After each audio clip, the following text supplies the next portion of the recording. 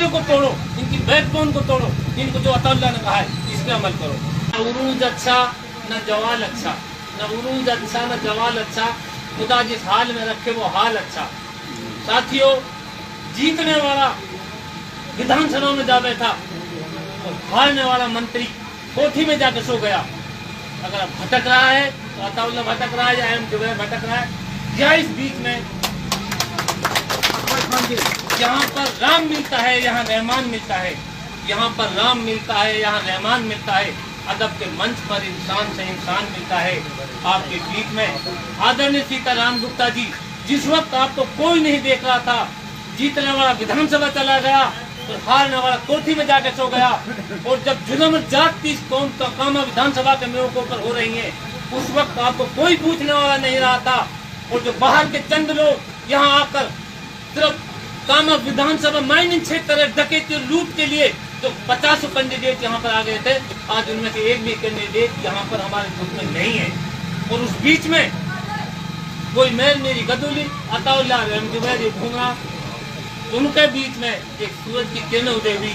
आदरणीय सीताराम गुप्ता जी ने जब अखबारों के माध्यम से और सोशल मीडिया के माध्यम से देखा कि मेरे के नौजवानों के ऊपर जुल्म जातियां हो रही हैं, एक आदमी ऑयलेस का मुजरिम है, उसके साथ में 20 आदमियों को खदेड़ा जा रहा है और उनको मोटी रकम लेकर पुलिस उनको डिस्चार्ज कर रही है, छोड़ रही है। इस जुल्म को जब आदरणीय सीताराम गुप्ता जी नहीं सह पाए तो माध्यम एम जुबैर के माध्यम से मेवात के अंदर आए और आज 7 मीटिंगें, लगभग 7वीं मीटिंग यहाँ पर है, और 7वीं मीटिंग का जरिए बार बार अधिकारियों को कान पर कराए। और सीताराम गुप्ता जी वो हस्ती है, वो शख्सियत है जिन्होंने इस क्षेत्र के हजारों बीघा जमीन में खार उपजता था, कुछ नहीं था, उस जमीन को आज 20 लाख रुपए बीघे को जो जमीन बना दिया। खास तौर पर कठोर गाँव, स्टेशन गाँव और चानिया के गाँव जो खार था, यही वो सीताराम गुप्ता जी जिन्होंने लोकल के माध्यम से जिप्सम डालवा कर यहाँ पर अपने पैसे से तिरके भर भर के यहाँ पर आए और आज उस सारी जमीन को उपजाऊ बना दिया। ये तो सीताराम गुप्ता जी का आपके लिए, आपको पता नहीं है कि आपका बैकबोन सीताराम गुप्ता जी ने उस जमीन को उपजाऊ बना दिया जिस जमीन में कुछ नहीं होता था। ये सीताराम गुप्ता जी का आप सब जानते हो, खाद तुम्हारे सामने था, ये इनका परिचय है।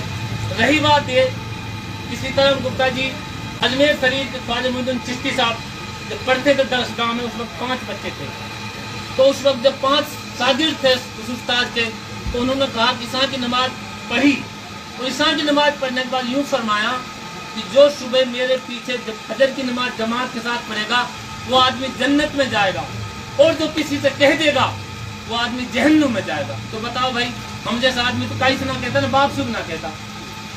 तो जब सुबह नमाज पढ़ी गई फजर की, तो ख्वाजा मोइनुद्दीन चिश्ती 4.5 चेला तो सो गए जाके, और ख्वाजा मोइनुद्दीन चिश्ती अजमेर शरीफ ने पूरी रात उन लोगों को जगाया, अलग जगाया, और घर घर जाके कहा सुबह फजर की नमाज मौलाना के पीछे पढ़नी है। और जब मौलाना ने फजर की नमाज जमात थे तो सलाम फेरा पीछे रखाया, तो उसका पहला और तो था लेकिन अंत कुछ नहीं था, कहाँ तक जमाते थी। नमाज पढ़ ली, दुआ होगी, उसके बाद ख्वाजा गरीब नमाज, सब उस्तादों को बुलाया, मौलाना ने कहा बताए वो कौन गुस्ताख है जिन्होंने ये गलती की है। मैंने ये कहा था वो आदमी जहन्नुम में जाएगा। तो सब 4 साथी ने मेरे जैसा हमने तो जिक्र भी ना करो, मैं तो अपने भाई से भी ना करूँ। तो फिर किसने कहा है? तो ख्वाजा गरीब नवाज, ख्वाजा मोइनुद्दीन चिश्ती साहब खड़े और मुझ गुस्ताख ने गलती की है, मैंने सारी कौम के लोगों को लाया हूँ, नमाज पढ़ाइए, तो तुझे पता नहीं तुम जहन्नुम में जाएगा। तो ख्वाजा गरीब नवाज साहब, तो ख्वाजा मोइनुद्दीन चिश्ती ने यूँ कहा, अब एक अकेला ख्वाजा गरीब मोइनुद्दीन चिश्ती जहन्नुम में चला जाए और सारी इलाके के लोग जन्नत में चले जाए, इससे सस्ता सौदा कोई नहीं होगा। तो उसके बाद उस्ताद ने को गोदी में उठाया और चूमा।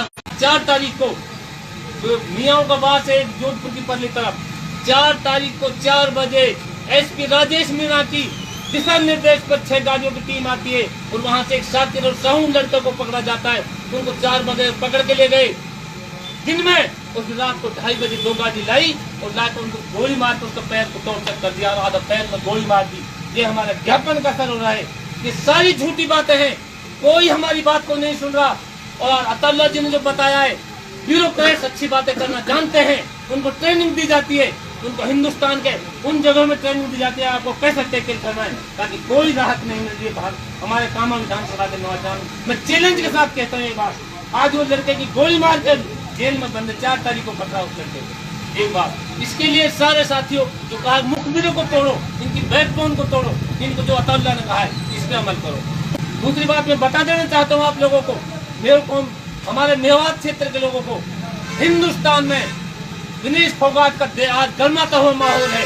एक लड़की, एक भारत की बेटी, भारत का अभिमान, जिसको बीजेपी के गद्दार लोगों मंत्रियों ने जब उनको खिलाफ यौन शोषण का मुकदमा किया विनेशा फोगाट ने, और जंतर मंतर पर सारे शर्मसार कर दिया पूरी दुनिया के अंदर बीजेपी के गद्दार मंत्रियों को। उस लड़की को 100 ग्राम वजन के ऊपर हिंदुस्तान का नाम रोशन करने के लिए उसको वापस कर दिया गया और खेलने नहीं देगा। आज पूरा हिंदुस्तान की मीडिया उसका दुख मना रही है, मैं भी दुख मनाता हूँ, उस बेटी के साथ अन्याय हुआ है। लेकिन आज पूरा देश के अंदर विनेश फोगाट का चर्चा है, उसके साथ जुल्म हुआ है। लेकिन मुसलमानों के कामा विधानसभा के मेयों के नौजवान बच्चों को बिगाड़ा जा रहा है, किसी के दुख नहीं हो रहा। माननीय सीताराम गुप्ता जी ने इस डूबते हुए रथ पर हाथ धरा है। हम सदैव सीताराम गुप्ता जी के लिए, अकबर इलाहाबादी का शेर, एक मंजिल मिले ना मिले, मंजिल मिले ना मिले, ये तो मुकद्दर की बात है, लेकिन मुश्किलों से डरकर उनका मुकाबला ना करे, ये गलत बात है। आदरणीय सीताराम गुप्ता जी, हम आपका सदैव ऋणी रहेंगे, चाहे पुलिस हमारे बंद ना करे, लेकिन आपने जो प्रयास किए वो वाकई में काबिल तारीफ है।